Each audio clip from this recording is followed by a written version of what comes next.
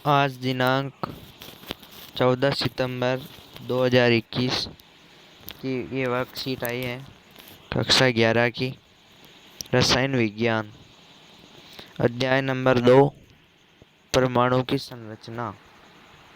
तो आज हम इसका सॉल्यूशन देखेंगे। पहला प्रश्न, निम्नलिखित को परिभाषित कीजिए। क्या बच्चों, निम्नलिखित को परिभाषित कीजिए। यह निम्नलिखित को परिभाषित कीजिए। पहला है समस्थानिक, दूसरा है समबारिक, तीसरा है आवर्त और डी में है आवर्तकाल। तो हम इसका सॉल्यूशन देखेंगे। पहला प्रश्न का सॉल्यूशन है,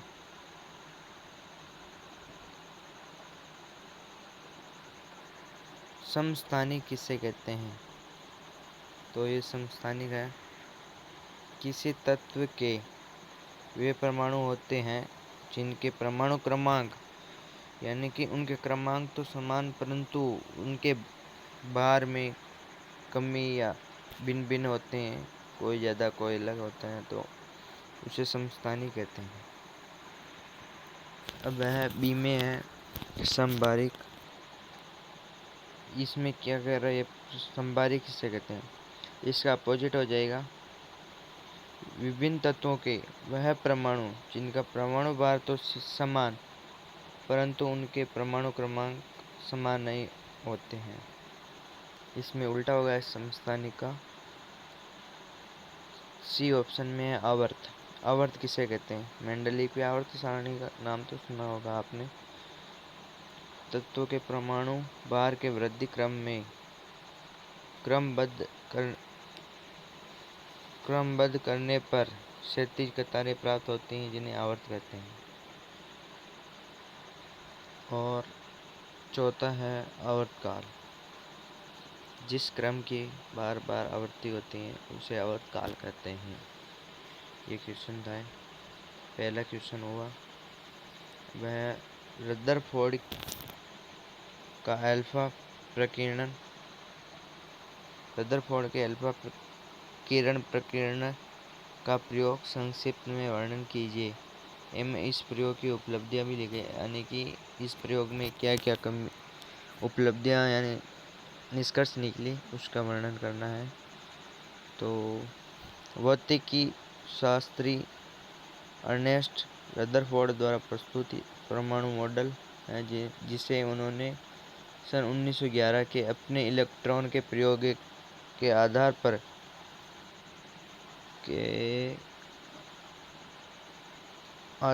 पर प्रस्तुत किया। इस मॉडल ने परमाणु के भीतर धनावेशित भाग होने की बात बताई। उन्होंने यह दर्शाने के लिए प्रयोग किया जो निम्न अनुसार है। रदरफोर्ड ने सोने की 100 एनएम यानी 100 नैनोमीटर की एक पतली पन्नी पर अल्फा कणों की बौछार की। सोने की पन्नी के चारों ओर फोटोग्राफिक प्लेट लगाई जो प्रतिदीप्त पदार्थ है जिंक सल्फाइड से लेपित थी। जब उन्होंने सोने की पन्नी पर अल्फा कणों की बौछार की तो निम्न परिणाम प्राप्त हुए। पहला है, अधिकांश अल्फा कण सोने की पन्नी से विक्षेपित होने यानी सोने की पन्नी को छूते हुए निकल गए और अल्फा कणों का कम अंश बहुत कम कोण से विक्षेपित हुआ, यानी कोई कण ऐसे थे जिन्होंने कोण बहुत कम बनाया। बहुत ही थोड़े कण 20,000 में से एक वापस उसी पथ में लौट आए, अर्थात 180 डिग्री को सीधा वापस उसी दिशा में लौट आया।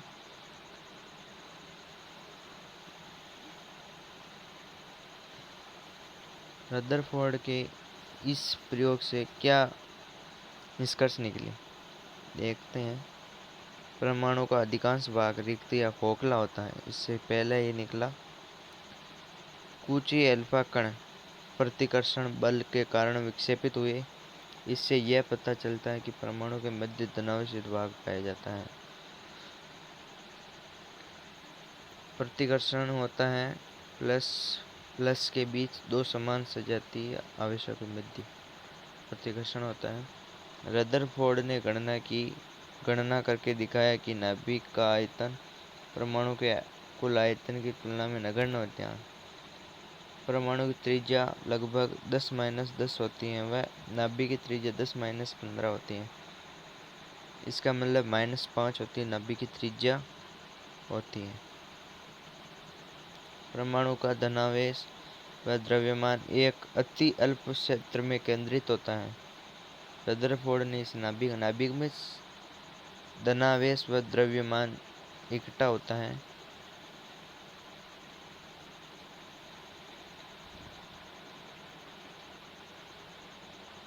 रदरफोर्ड ने कहा कि नाभिक के चारों ओर इलेक्ट्रॉन वृत्ताकार कक्षाओं में घूमते हैं, जिन्हें कक्ष कहा गया।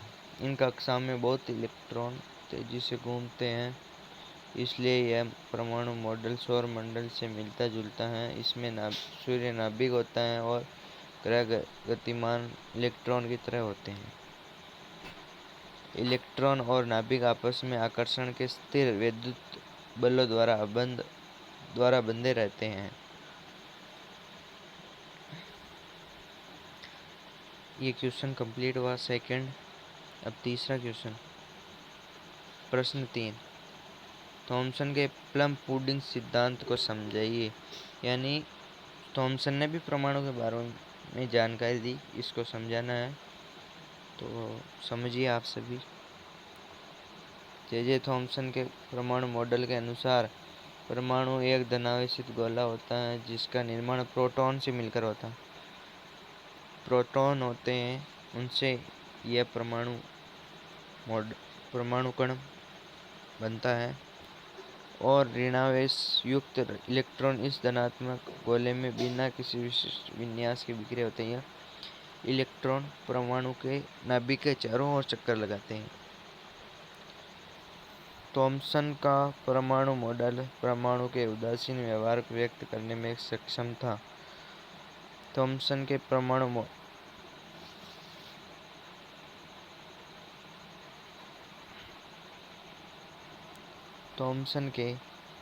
मॉडल की संरचना तरबूज के समान दिखाई देती है, जिसमें प्रोटॉन की तरबूज के लाल योग्य खाने भाग को तथा इलेक्ट्रॉन की तुलना तरबूज के बीजों से की जा सकती है। इसे प्लम पुडिंग मॉडल के नाम से भी जाना जाता है। थॉमसन के परमाणु मॉडल के मुख्य सिद्धांत देखते हैं।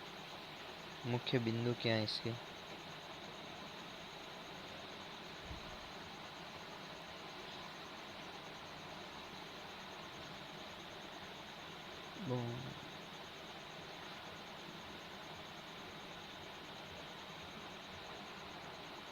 परमाणु मॉडल के मुख्य बिंदु।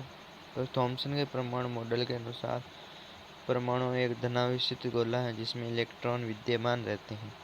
परमाणु में धनावेश युक्त प्रोटॉन और ऋणावेश युक्त इलेक्ट्रॉन का मान समान होता है, इसलिए परमाणु उदासीन होते हैं।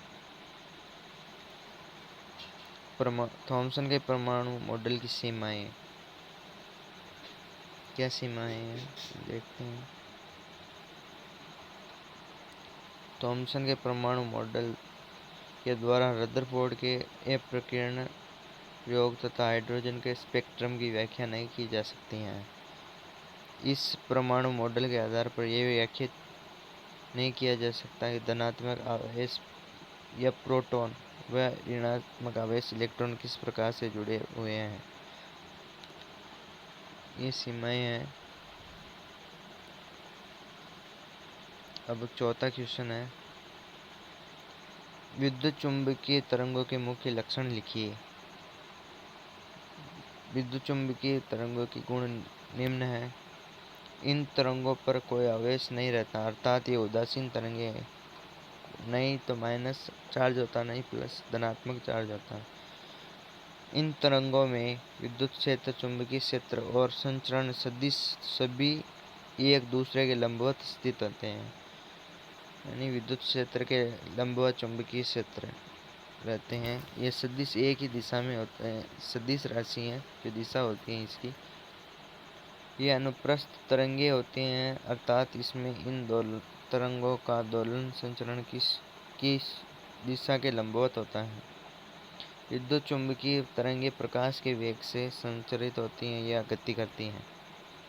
इन तरंगों में संवेग और ऊर्जा दोनों निहित होती हैं। विद्युत चुंबकीय तरंगों के उदाहरण एक्स किरणें या रेडियो तरंगें आदि।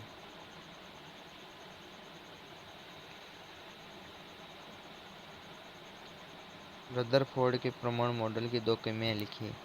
रदरफोर्ड के कणों के प्रकीर्णन प्रयोग से परमाणु में उपस्थित प्रोटॉन तथा इलेक्ट्रॉन की संख्या के बारे में कोई जानकारी प्राप्त नहीं होती, अतः यह परमाणु संरचना के बारे में भी कुछ स्पष्ट नहीं करता है। इस सिद्धांत के द्वारा यह स्पष्ट नहीं होता है कि इलेक्ट्रॉन नाभिक के चारों ओर कहाँ और कैसे स्थित रहता है और उसकी ऊर्जा क्या है। केवल इसमें समझाया गया है कि इलेक्ट्रॉन कहाँ पर होता है, कैसे होता है, यही बताया गया है। प्लीज़ आपको ये वीडियो पसंद आए तो चैनल को सब्सक्राइब करें और शेयर, लाइक, कमेंट करें। धन्यवाद।